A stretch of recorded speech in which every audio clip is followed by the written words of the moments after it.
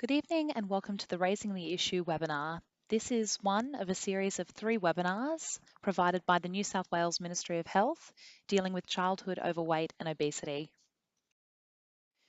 Before we begin, I'd like to acknowledge and pay my respects to the traditional custodians of the land on which this meeting takes place, and also pay respect to elders both past and present. I'll now hand over to our facilitators. Good evening everyone, and welcome to this evening's Twilight Seminar on Raising the Issue.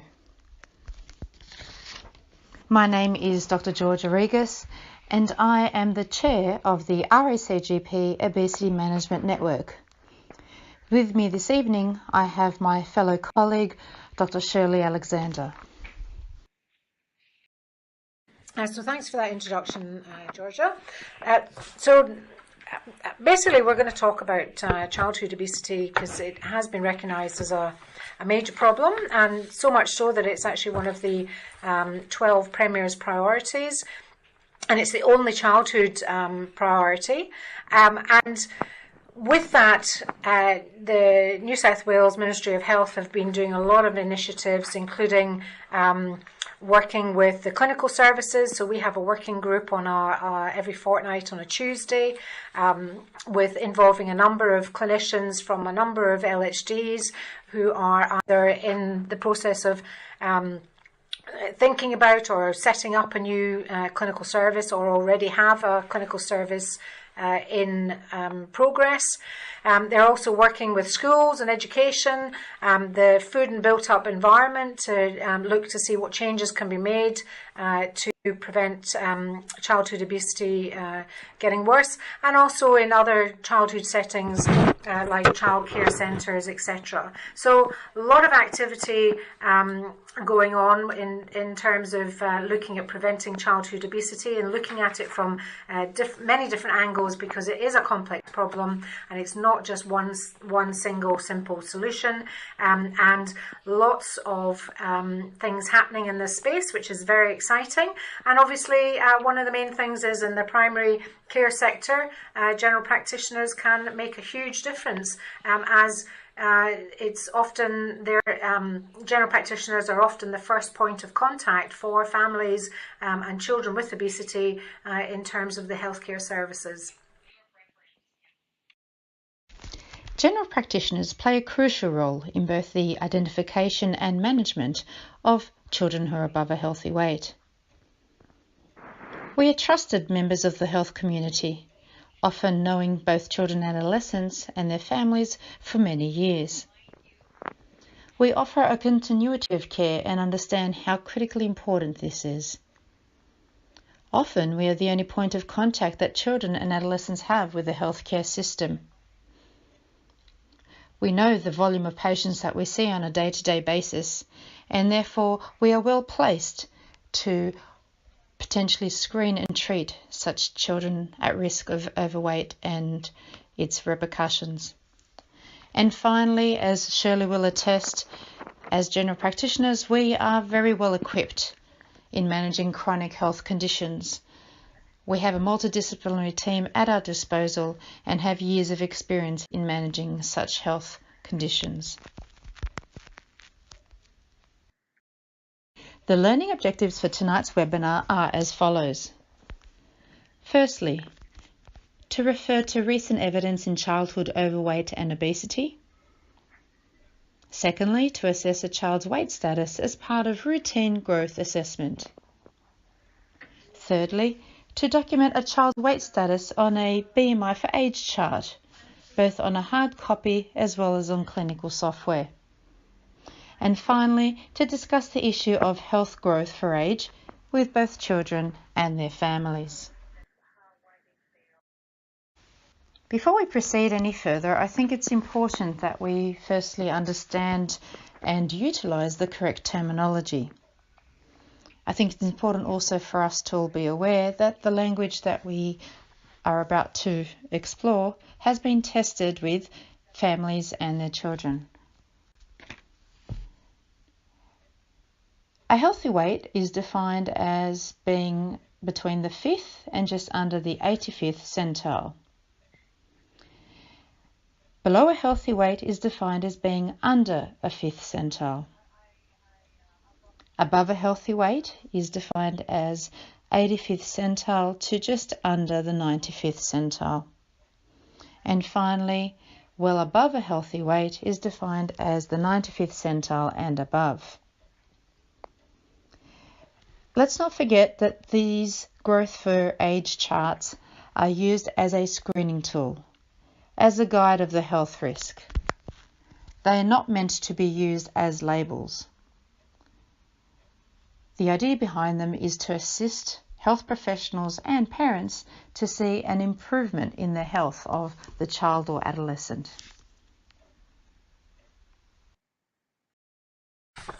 So just to give a little bit of background of what's happening in terms of the prevalence of childhood obesity and overweight, and there is some data to indicate that there might be a levelling off or a plateauing of prevalence of childhood overweight and obesity, which is good news, means that there are some differences being made.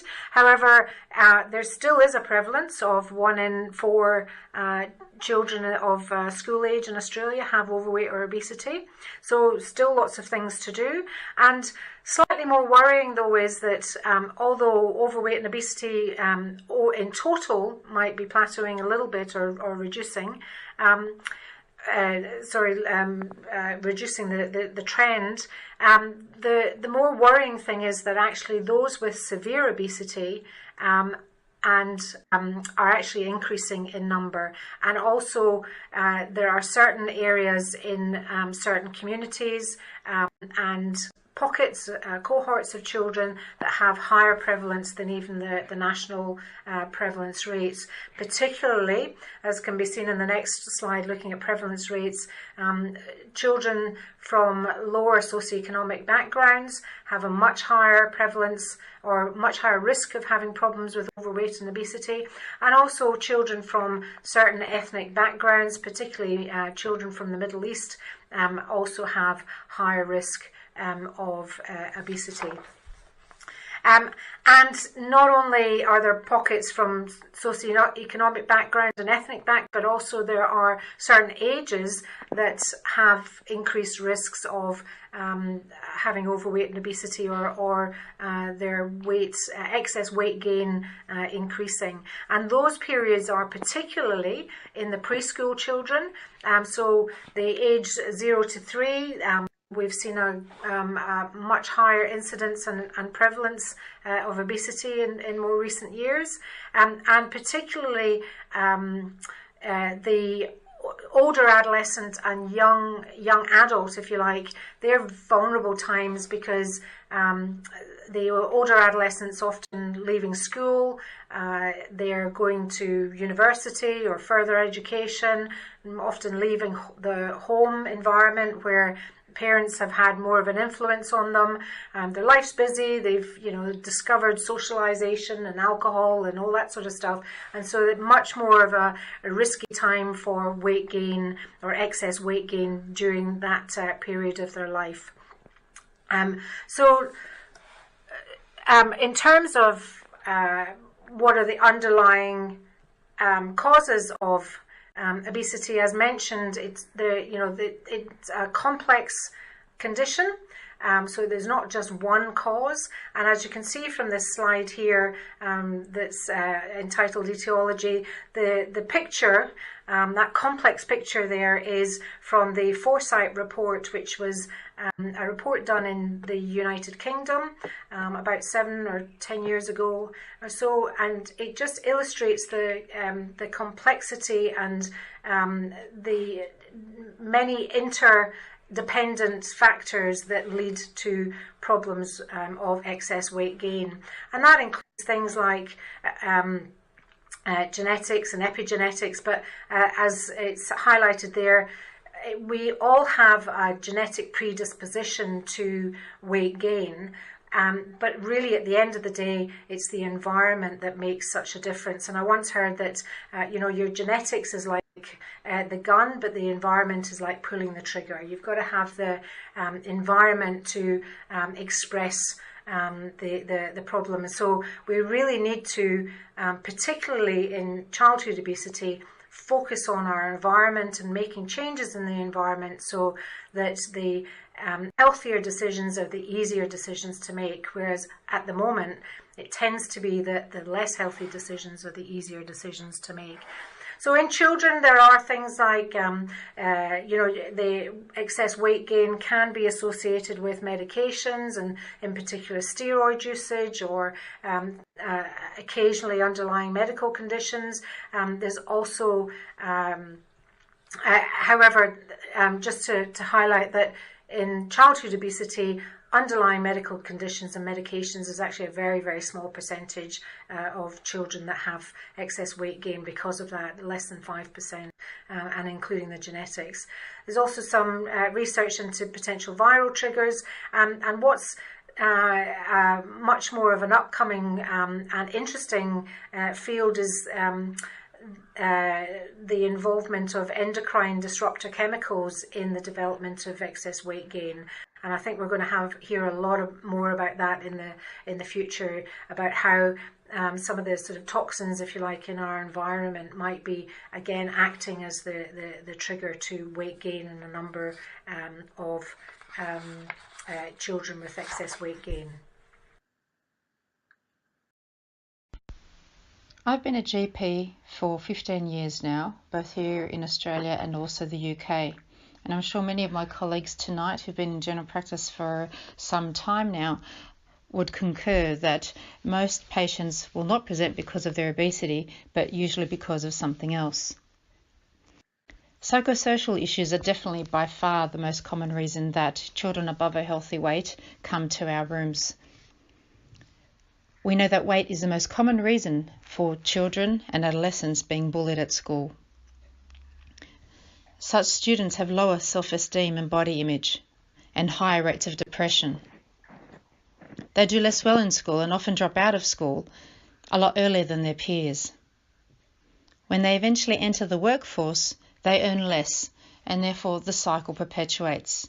We also know that children above a healthy weight may present to us as general practitioners as a result of a range of physical issues, as we can see very clearly in the slide in front of us. These can range from cardiovascular, and it's quite distressing to see the number of children who have hypertension and hyperlipidemia, pulmonary presentations, in particular asthma, endocrine. I can think of at least a couple of parents who've come in saying, I'm struggling to get this brown mark off my child's neck despite everything that I've done. And on examination, we see that it's acanthosis nigricans, which can be a sign of insulin resistance. Musculoskeletal presentations are quite common in this age group as well. And it's concerning that these children and adolescents are developing premature wear and tear, osteoarthritis, because we know in the adult cohort many of them are told that they're inverted commas too young, close inverted commas, to be having a knee replacement, and therefore have to bear and grin the arthralgia. And then we have the neurological. And whilst I acknowledge that idiopathic intracranial hypertension does not occur that often, I must say that I have in my years seen a couple of cases and I'll never forget them. And therefore, if you do have a child who's above a healthy weight who presents with a headache, obviously you will look for the most common pathologies, but I would implore you to have idiopathic intracranial hypertension at least in your top 5 differential diagnoses. Otherwise, we'd be missing a very critical diagnosis.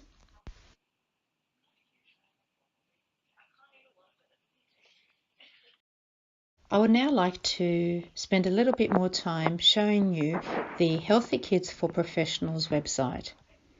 This has been specifically designed and created to help support primary healthcare professionals in assessing, identifying and managing children and adolescents who are above a healthy weight.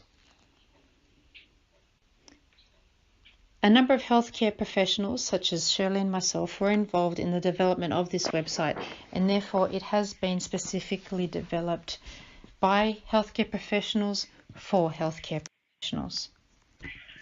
I'd like to draw your attention to the top right-hand side where we have a dark blue tab called Online Learning, which is something that we can do at our own leisure at a time that suits us to continue our professional development. Adjacent to that is a green tab labeled videos, and I will shortly be showing you one example of these, but there are great videos on there. The Go for Fun, Healthy Shopping and how to do this, and also the how to calculate a child's weight status. These are things that are useful for us as GPs, but also to show our healthcare practitioners in our practice. But they're also useful to show parents and families when you're consulting with them. Moving along, we can also see the light green tab, which is called the Facts tab. For me, this is a very important tab because whether you're a recently graduated GP or a GP of 40 or 50 years, I think we can all polish up our consulting skills and continue to develop in that regard. And it has some really good resources on how to raise the issue of a child's weight with their parent or carer, because we know this has to be done in a very sensitive and non-judgmental manner. How to start a healthy lifestyle discussion so as not to adversely affect the patient-doctor relationship that we have worked so hard over so many years to develop. So I highly recommend these resources. And then moving along, we've got the aqua blue tab entitled Resources. Now this is gold. This has so many resources I can't really read them all out now, but I want you to be aware that there's the 8 for a Healthy Weight chart, which you can print out and give to your patients. It has the BMI for age charts for both boys and girls if your IT software does not support the electronic versions. It has posters for the waiting room, so that way everyone knows that this is routine clinical care. It's got the Go for Fun posters and referral forms. It's got the Get Healthy posters and referral forms. But it also has referral forms for secondary and tertiary services. And these are things that can be downloaded and printed with a click of a button so that you can give them to your patients. This is just one example of the resources that are available to be downloaded, and it very systematically and very clearly indicates what we need to be doing for children who are between the 85th centile and under the 95th centile, and then on the right what we need to do for children who are at the 95th centile and above. I encourage you to join us for the next webinar, during which we will be discussing this flowchart in a lot greater detail.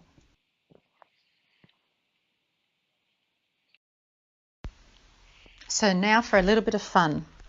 This is just to make sure that everyone is paying attention and haven't fallen asleep. So shortly I'm going to show you 3 photos, and I'd like you to note on a piece of paper or on your laptop what you think the BMI of each child is.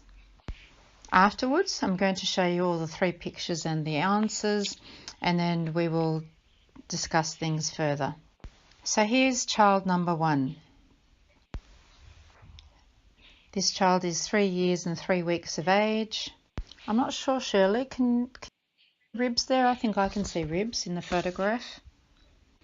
So I'd like everyone here who's joining us tonight just to jot down whether they think this child is underweight, a healthy weight, above a healthy weight, or well above a healthy weight.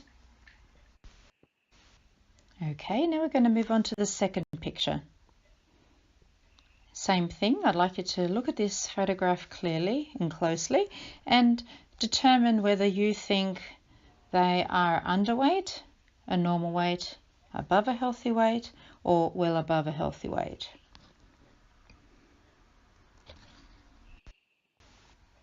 Okay, I think we've given them enough time. And then finally the third child. Same thing again, having a look at this child who, if my eyes serve me right, I think they're bulging out of their knickers, so maybe they're a bit heavy on the bottom side, I'm not sure. Do you think this child is underweight, a normal weight, above a healthy weight, or well above a healthy weight?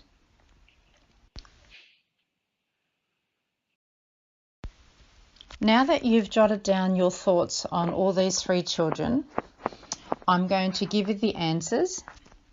And for those of you that are joining us tonight in the webinar, I'd like you to message us if you got them all correct.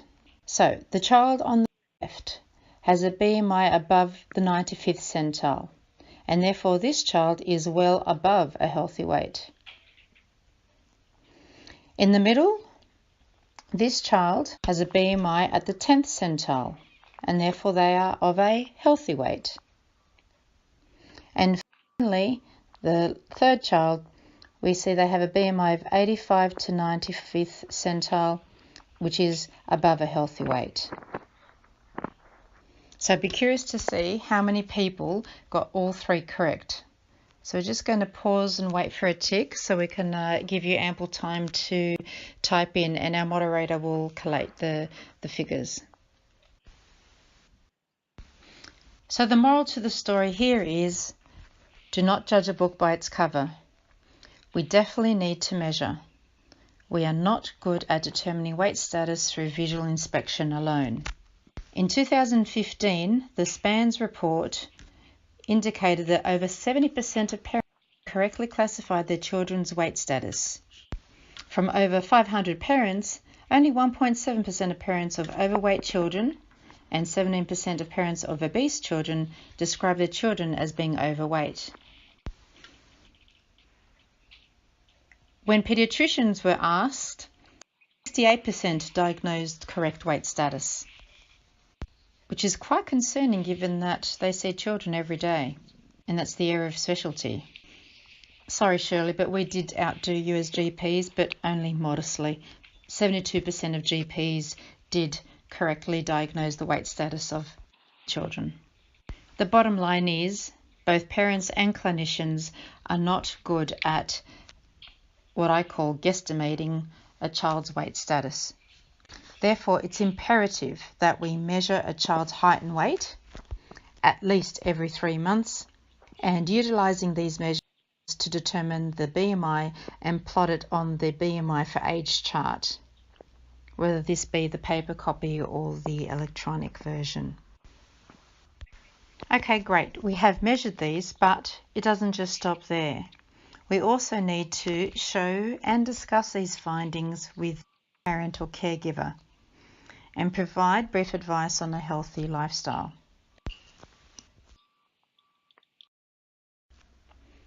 This is an example of one of the many resources that are available on the Healthy Kids for Professionals website. It shows how to accurately measure the length of a child if they are not walking yet, and similarly how to accurately measure the height of a child once they are upright and mobilizing.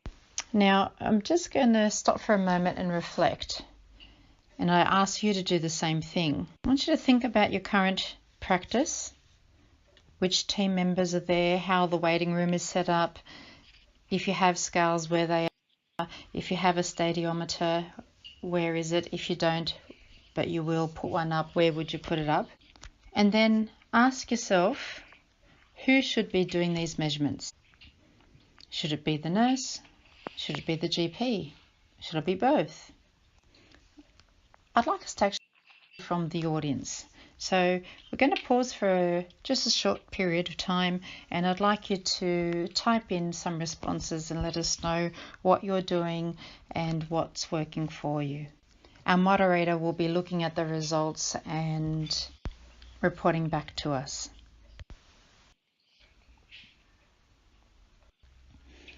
We're going to change gears now and show you a short animation, a resource that is readily available on the Healthy Kids for Professionals website. It's entitled How to Calculate Weight Status and Monitor Growth Over Time. This short animation explains how to calculate a child's weight status and monitor growth over time. Girls and boys grow at different rates. It's important you use the right chart for boys or girls aged 2 to 18 years. Today we'll track John Smith's weight status. John is 4 years old. Let's draw a line from 4 years old. Now let's find John's BMI, which is 16.6. John's weight status is in the green band, which is the healthy weight range. Let's see how John is going at his next checkup 6 months later. His weight status is now in the yellow band, which is above a healthy weight. John is now 5. John is still in the yellow band. Let's plot John's weight status now he's 5.5 years old. John's weight status is now in the red zone, which is well above a healthy weight.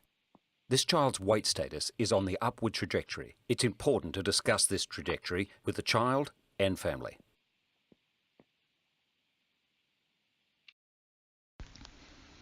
Okay, so we've measured the height, we've measured the weight. Now we need to actually put the data together and make some sense out of it. So whether you do the electronic version or the paper version, once you have identified which zone the child is in, then we need to discuss it with the parents. Now let's go through the colour zones first. From the bottom going up, we have in the light orangey colour children who are under a healthy weight. In the green shaded areas, we have children who are a healthy weight. In the yellow, we have children who are above a healthy weight range.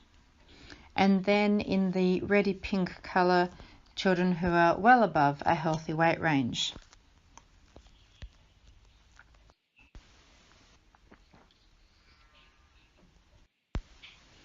We need to be realistic as to what our objectives are. When we are showing parents where their child is on these BMI for age percentile charts, we are by no means aiming to get a child that's in the red to get down to the green. Our first goal is to make sure that this child or adolescent does not continue to gain weight. The second part is to try to turn things around. As you would have noticed thus far, both Shirley and I have not used the word obesity or morbid obesity or anything like that at all. And this is important because we know that these words are quite emotive and stigmatizing and for many adults discriminatory, and therefore serve no purpose when we're talking to children and adolescents and their families. And what we always need to be cognizant of is the fact that we are looking at kids' health and making sure that they are growing appropriately. The weight is just one of many means of monitoring this.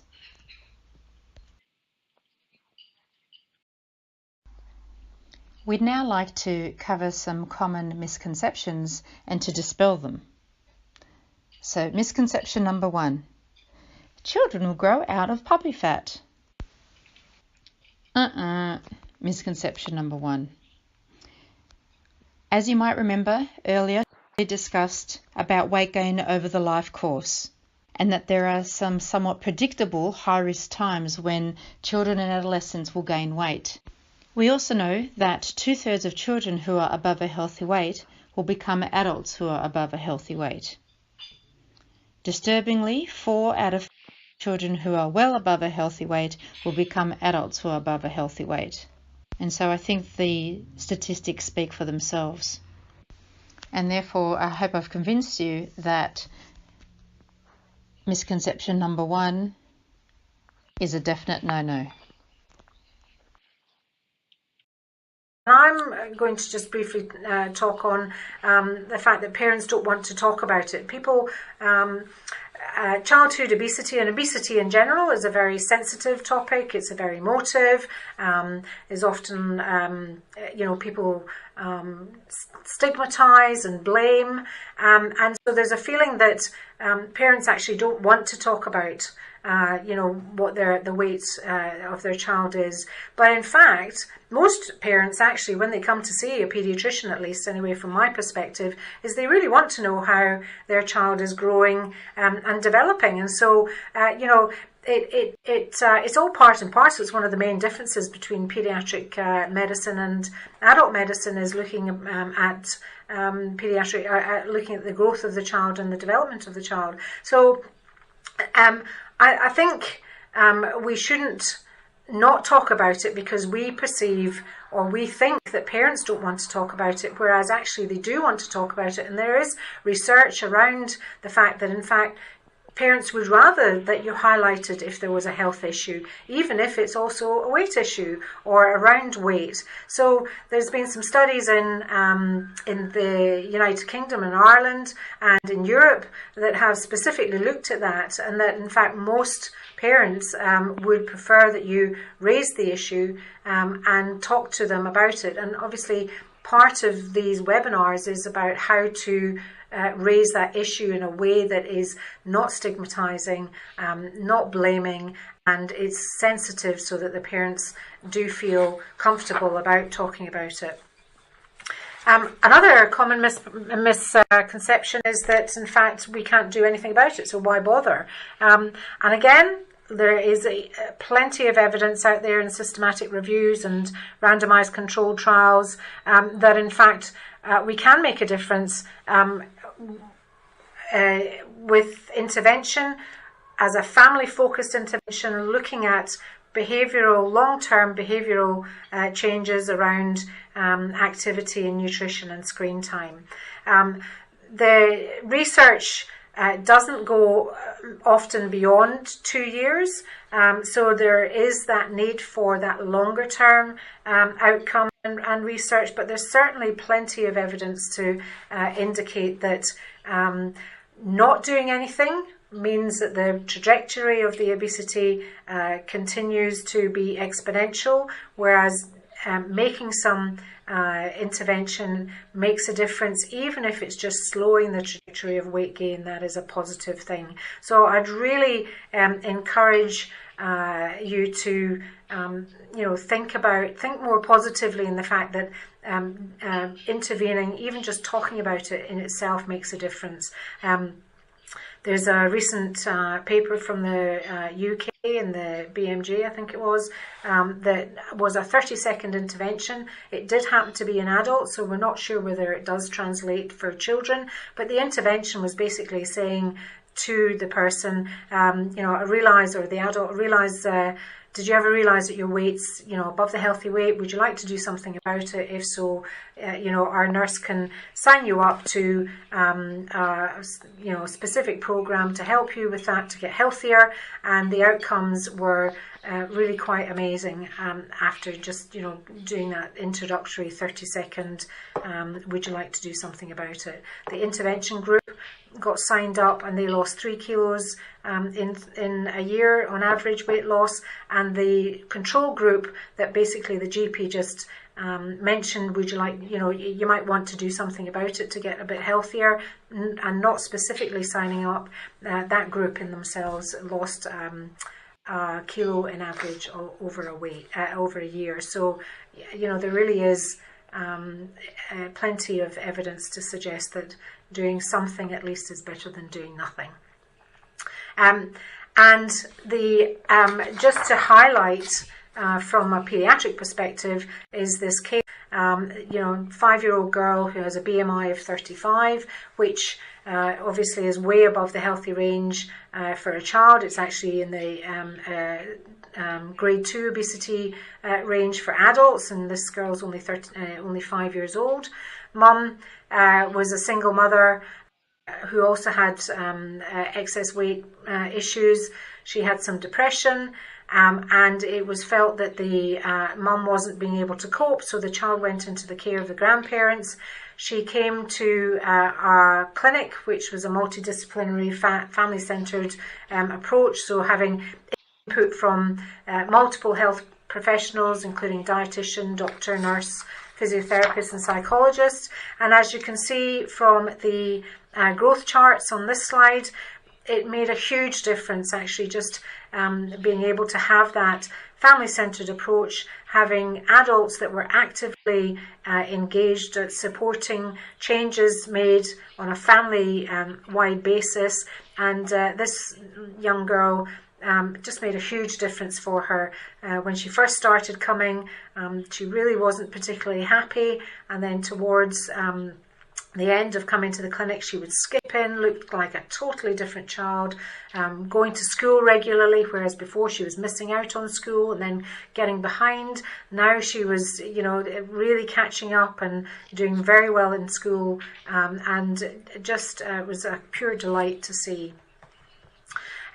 So one of the other misconceptions was, people are very concerned about talking about weight because they think it might induce an eating disorder. And in fact, there is absolutely no evidence whatsoever to suggest that talking about weight per se causes an eating disorder. There, obviously, it goes without saying, whenever you are talking about weight or bringing up that issue with people, and in particular with young teenagers and young adolescents, is to do it sensitively in a way that is non-stigmatizing, non-blaming, and sensitive and empathetic. The way that we approach it will make a huge difference as to the way the young person engages in support from the medical perspective.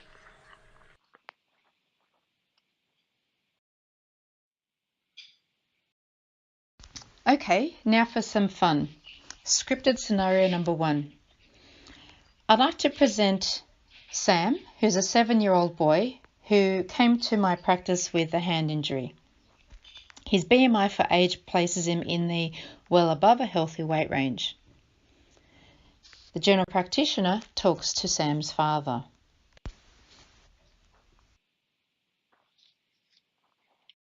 I've noticed that Sam is a big boy for his age. Does he eat a lot of junk food at home? So my family are all big. If we stop him from playing his Xbox and eating his snacks, he gets cranky. He only eats because he's hungry. Are you telling us we're bad parents? No, but I think you need to cut out all the junk food and the soft drinks at home, and he needs to start exercising every day. Like to see you try and get him to do exercise. We aren't getting rid of the Coke or potato chips, or else what would I eat? No way. I'm writing a referral to see a dietitian. I want you to see them as soon as possible. I'm not going to see any diet person. The GP writes the referral anyway. So that's an example of, I think, and I'm sure Georgia agrees, that was maybe not the most preferred way to do things or outcome. And think about, what did the GP do well? How did Sam's father react to the discussion about Sam's weight? What was the outcome, and suggestions or comments for improvement?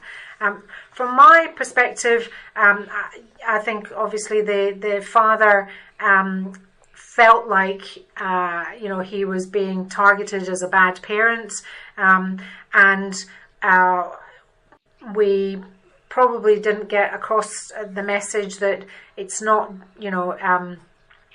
there are so many different aspects that could be looked at for the whole family, and doing it in a more empathetic way, and actually listening to what the father or asking what the father understands about the situation, what he might be able to do about it, or what he would be willing to do about it, and work towards getting him engaged into seeking further help.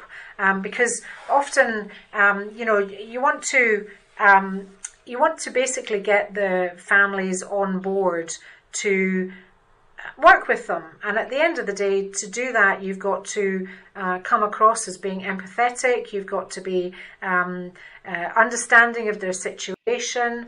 You've got to see it from their perspective and work together, because you're much more likely to be successful if you can develop a plan that they are going to be willing to follow through. And as I said, explore some of the reasons that might be acting as barriers for these families to be able to make some changes. Because at the end of the day, it's going to, you need to be upfront and tell them it's going to take some work, it's going to be a bit hard, it's not going to happen instantaneously, you will have some setbacks, but really at the end of the day, what we're looking at is helping the families to develop strategies to overcome some of the things that they see as barriers, which might be some of the misconceptions that we've already talked about.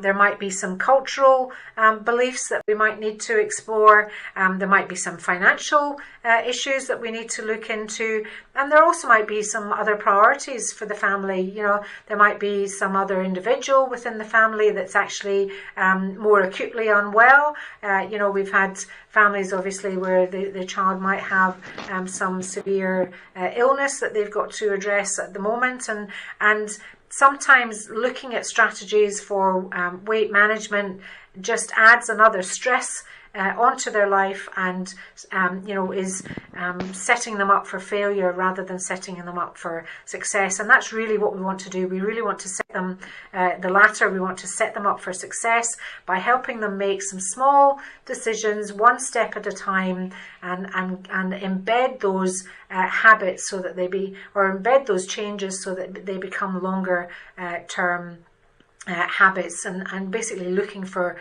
little wins along the way, and also explaining to them that they're not on their own, that we're here to help them, and there is a sort of suite of health professionals that are able to support them on their journey to health and wellness. Shirley and I are now going to present scripted scenario number 2, and we'd be curious to see what you think about this dialogue. We measure all children's weight and height as part of our routine care to check their growth and development. When Sam arrived, we recorded his weight, adjusted for height, and noted that he is above a healthy weight range. I would like to show you Sam's height and weight chart compared to other children his age.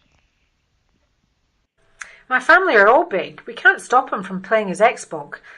He gets cranky. He only eats because he's hungry. Are you telling us we're bad parents? I know it can be difficult to manage kids his age, and I'm not blaming you. What I would like to do is offer you a few changes to consider that will help stop Sam gaining weight so he can live a healthy life and avoid the health risks that overweight can cause. Do I have to see some diet person and then she will fix it? As I'm sure you're aware, there are more factors than what we eat and drink. You said it's hard to get Sam off the Xbox. What I'd like to suggest is we look at a few family lifestyle changes first. These are things you can do which apply to your whole family. Once you get the hang of these, we can involve other health professionals if we need to. But let's start small and make changes that the whole family can keep doing. Do all of us have to change? Yes, the whole family has to make some changes. These are some healthy lifestyle messages that you can consider. Sometimes families find these a little challenging to do, but if you keep up with them, you will all have better control over yours and your family's weight and health. The GP hands them the 8 for a healthy weight diagram. I guess we could try some of these. The 8 for a healthy weight diagram is one of the resources available on the Healthy Kids for Professionals website, and I'm honoured to be sitting here with Shirley, who was one of the main people involved in developing this resource some years ago. It's very easy to understand and relate the key messages to families, even those that may have English as their second language. So beginning from the top and working our way around in a clockwise fashion. Firstly, in the dark blue circle, drink water instead of juice, soft drinks and cordial. We know that water is always best.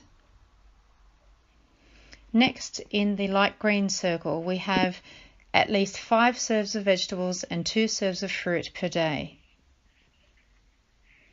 In the orange circle, we have start each day with a healthy breakfast. It's alarming the number of children who turn up to school without having had breakfast. Fourthly, in the purple circle, know your portions and serving sizes, and this is quite important as we have seen over the decades that portions have increased. In the dark blue again, we have choose healthier snacks and fewer of the what we call discretional or sometimes foods. Sorry Shirley, but I had to remove the word treat because I don't think these are really treat foods, and I'm sure you agree. We've now moved on and agree we should be using words such as discretional or sometimes foods rather than inverted commas treat foods, close inverted commas. Moving along, we're in the green circle, limit screen time. Children who are between the ages of 2 and 5 years of age should have up to 1 hour of screen time per day as a maximum. Children who are 6 years and older, maximum of 2 hours of screen time per day. This includes iPads, iPods, iPhones and smartphones and television and computer games. And we need to be strict about it because there's constantly new emerging data about the adverse outcomes associated with prolonged screen time in children. The 7th one, we have be active for at least 1 hour a day, every day. And I'm sure that if children were spending less time with their screen time, they'd be able to easily meet that criterion of being active for 1 hour a day. And then finally, get enough sleep. Under the age of 12, they need to have at least 10 to 12 hours of sleep, and over the age of 12, about 8 to 10 hours so that they can function appropriately the next day, but also so that they can continue to grow and develop appropriately. This is an excellent resource, and even for people who may not be able to read, the pictures speak for themselves. And we'll now move on to scripted scenario number 3. Not interested, thanks. I'm too busy and my wife won't have anything to do with diet food. That's fine. The time may not be right for the family to make changes now. I would like you to take the fact sheet with you and this copy of Sam's BMI for age chart. Please come back and talk to me if you have any questions. Sure, that sounds like a good idea. The GP sets up patient recall in the clinical software and documents the interaction with the parent and child in the patient's notes.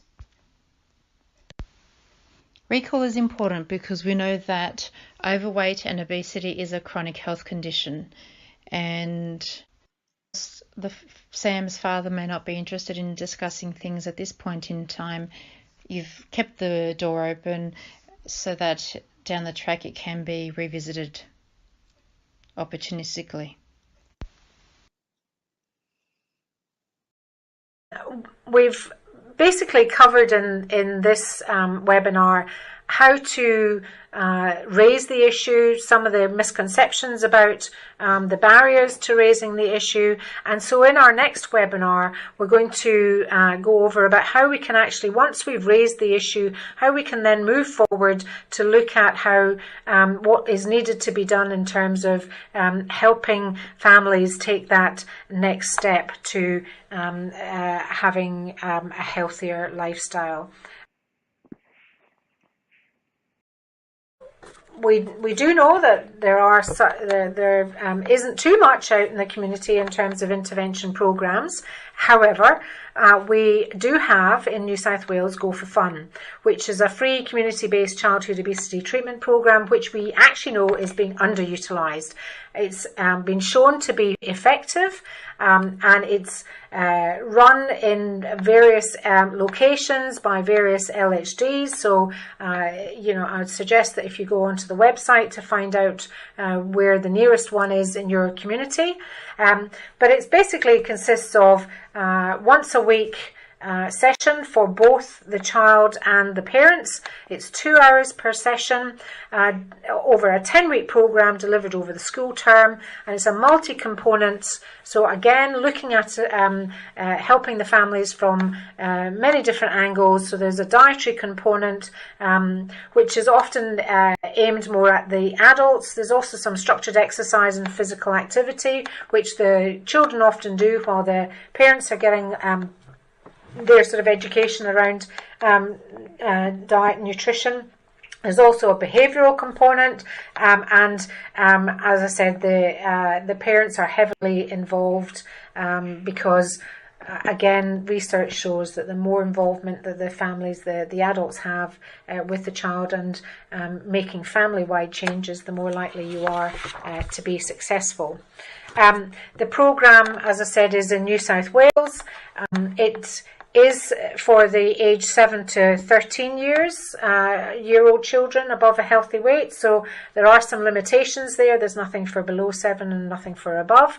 And as I said, the parent or carer has to be available to attend the sessions.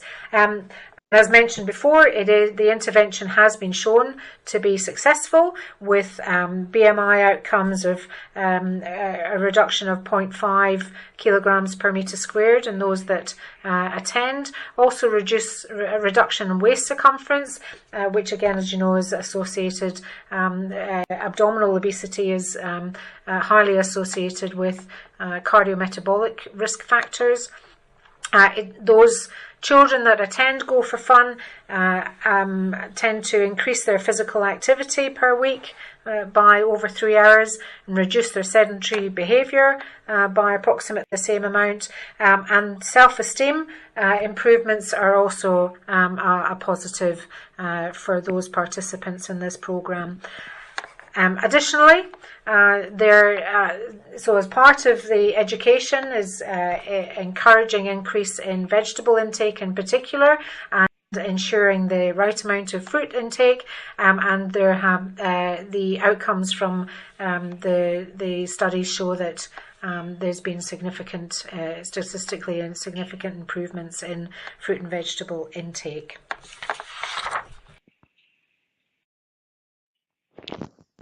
Thank you for joining us for the Healthy Kids for Professionals webinar. As indicated on the screen, please feel free to contact either of our facilitators at the email addresses provided. We hope to see you at the next 2 webinars in this series of 3 regarding childhood overweight and obesity. Thank you.